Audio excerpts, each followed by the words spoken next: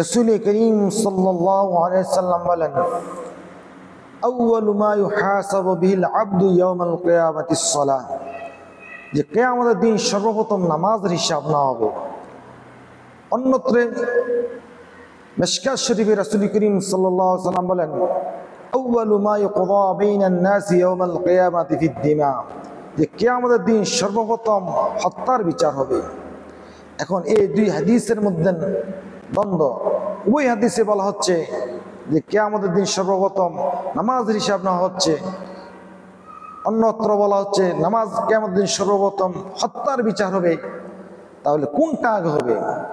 মুহাদ্দিসিন কিরাম তার জবাব দিয়েছেন, এই দ্বন্দ্বের নিরসন করেছেন এভাবে যে আল্লাহর যত হক আছে, আল্লাহর যত বিধিবিধান আছে, আল্লাহর যত ইবাদত বন্দেগী আছে, এর মধ্যে সর্বপ্রথম যার হিসাব না হবে সেটা হলো নামাজের হিসাব না হবে।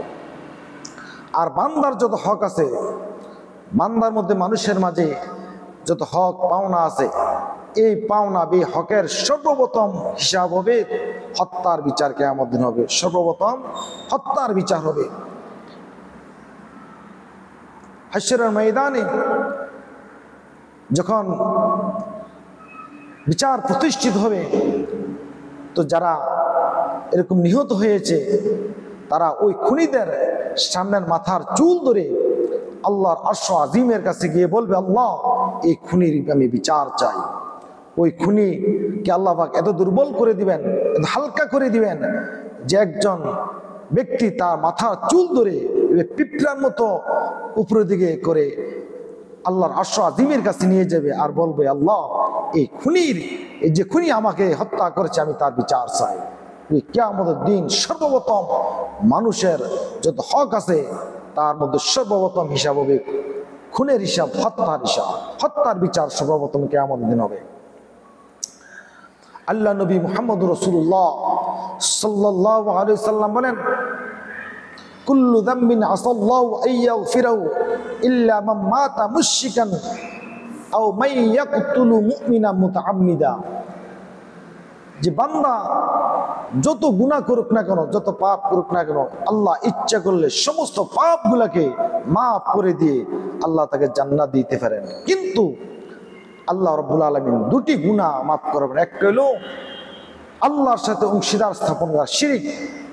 আমরা এতদিন জানতাম যে শিরিক ছাড়া আর কোনো এমন গুনাহ নাই যে আল্লাহ মাফ করবেন না, কিন্তু স্পষ্ট হাদিস আমরা পেলাম শুধু শিরিক নয়, শিরিক যেরকম আল্লাহ পাক কিয়ামতের দিন মাফ করবেন না, ঠিক তেমনি ভাবে রাসূল করিম সাল্লাল্লাহু আলাইহি ওয়াসাল্লাম বলেন, আও মাই ইয়াকতুলু মুমিনা মুতাআম্মিদা, কোন ব্যক্তি যে কোনো মুসলমানকে ইচ্ছা করে হত্যা করে তাকেও কিয়ামতের দিন আল্লাহ পাক মাফ দিবেন না।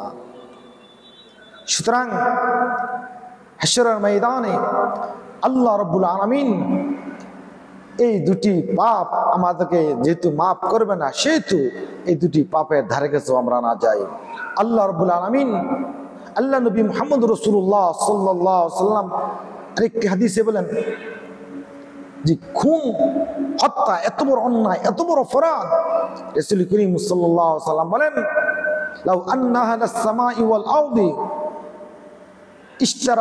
ইশতারাকু ফি দামিন মুমিনিন লা আকাব্বাহুমুল্লাহু ফিন-নার, যে খুন হত্যা করা এত বড় অপরাধ, এত বড় অন্যায়, যদি আসমানের সকল অধিবাসী, আসমানের যত ফেরেশতা আছে, যত কোটি ফেরেশতা আকাশের মধ্যে আছে, জমিনের মধ্যে যত মানুষ, জিন, ইনসার, ফেরেশতা বসবাস করে, সকলেই মিলে আসমান এবং জমিনের সকল অধিবাসী মিলে যদি একটা মুসলমানকে হত্যা করে, রাসূল করিম সাল্লাল্লাহু আলাইহি ওয়াসাল্লাম বলেন কিয়ামতের দিন এই সবগুলোকে আল্লাহ জাহান্নামে দিয়ে দিবে, সবগুলোকে আল্লাহ জাহান্নামে দিয়ে দিবে। হত্যা এত বড়, হত্যা করা, মানুষকে মারা এত বড় অন্যায়, এত বড় অপরাধ। কিন্তু আজকে দুঃখের বিষয়, আজকে আমরা মুসলমান কোন মুসলমানকে হত্যা করতে কোনো দ্বিধাবোধ করি না, অথচ একজন মুসলমানের দাম কত। আল্লাহ নবী মুহাম্মদুর রাসূলুল্লাহ সাল্লাল্লাহু আলাইহি ওয়াসাল্লাম বলেন, একজন মুসলমান যতদিন পর্যন্ত পৃথিবীর বুকে বেঁচে থাকবে ততদিন পর্যন্ত কিয়ামত হবে না।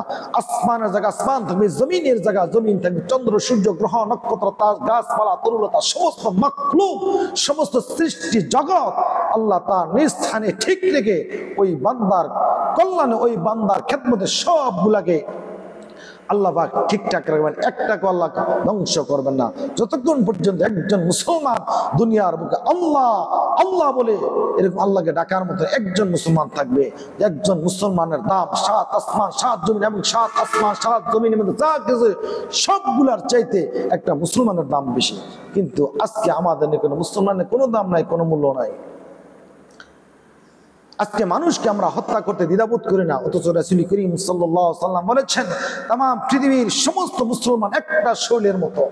কোন একটা শরীরের কোন অংশ যদি আঘাত লাগে তো তার পুরোটা শরীরে এই আঘাত অনুভব করে।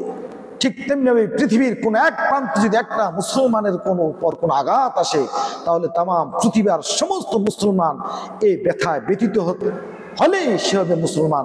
যদি তার মধ্যে ব্যথা না আসে সে মুসলমান হতে পারে না।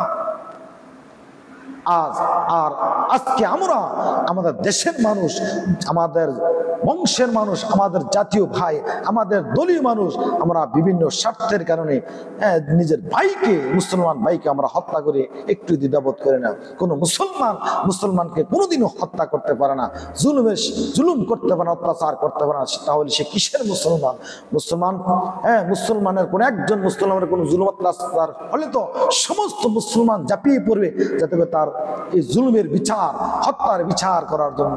আজকে দেখা যায় আমরা বিভিন্ন ক্ষমতার লোভে, অর্থের লোভে, স্বার্থের লোভে, বিভিন্ন লোভের কারণে আমরা আমাদের মুসলমান ভাইকে হত্যাবোধ করতে, তাকে জুলুম করতে, শৃগালের মতো, কুকুরের মতন, হিংস্র জানোয়ারের মতো মানুষের উপরে আঘাত করতে আমরা একটু দ্বিধাবোধ করি না। এটা মুসলমানের পরিচয় নয়। মুসলমান তো এই জাতির না, মুসলমান নয়, এটা তো মুসলমান তার দুর্গতা। কোনো অন্য জাতিরও এটা বৈশিষ্ট্য, কোনো মানুষের পক্ষে এটা বৈশিষ্ট্য নয়। অন্য একটা মানুষকে বিনা অপরাধে এরকম ভাবে মানুষকে হত্যা করা, মানুষের জুলুম করা, অত্যাচার করা। সুতরাং আমরা আল্লাহ নবী মুহাম্মদ রাসূলুল্লাহ সাল্লাল্লাহু আলাইহি ওয়াসাল্লাম হাদিসের দিকে লক্ষ্য করে আমরা প্রত্যেকেই সঠিক মুসলমান হয়ে যাই। সমস্ত মুসলমান তো একটা ভাই, সমস্ত মুসলমান ভাই তো ভাইয়ের কোনো আঘাত করতে পারে না। আল্লাহ যেন আমাদের সকলকে সাহাবায়ে কেরামের মধ্যে যেরকম ভাতৃত্বের বন্ধন ছিল, একের প্রতি একের মহব্বত ভালোবাসা ছিল, ঠিক তেমনি ভাবে আল্লাহ যেন আমাদের দেশের সমস্ত মুসলমান ভাইদেরকে, সমস্ত মুসলমান ভাইদের মধ্যে আল্লাহ ভাতৃত্বের বন্ধন সৃষ্টি করে আমরা ভাই হয়ে থাকতে পারি। আমরা তো মুসলমান, আমাদের এটাই মূল পরিচয় যে আমরা মুসলমান। আমাদের আওয়ামী লীগ আমাদের মূল পরিচয় নয়, বিএনপি আমাদের পরিচয় নয়, আমাদের অন্য কোনো পার্টি বা দল এটা আমাদের পরিচয় নয়। আমাদের এক নম্বর পরিচয় হলো আমাদের একটাই পরিচয়, সেটা আমরা মুসলমান। সমস্ত মুসলমান পরস্পর ভাই। আমরা আমাদের ভাইকে আমরা জুলুম থেকে বাঁচাবার জন্য তো আমরা ঝাঁপিয়ে পড়ব বাঁচাবার জন্য, কিন্তু সেখানে মারার জন্য আমি যাই কিভাবে? এটা তো মুসলমানদের পরিচয় নয়। আল্লাহ পাক আমাদের সকলকে বুঝবার আমল করার তৌফিক দান করুন।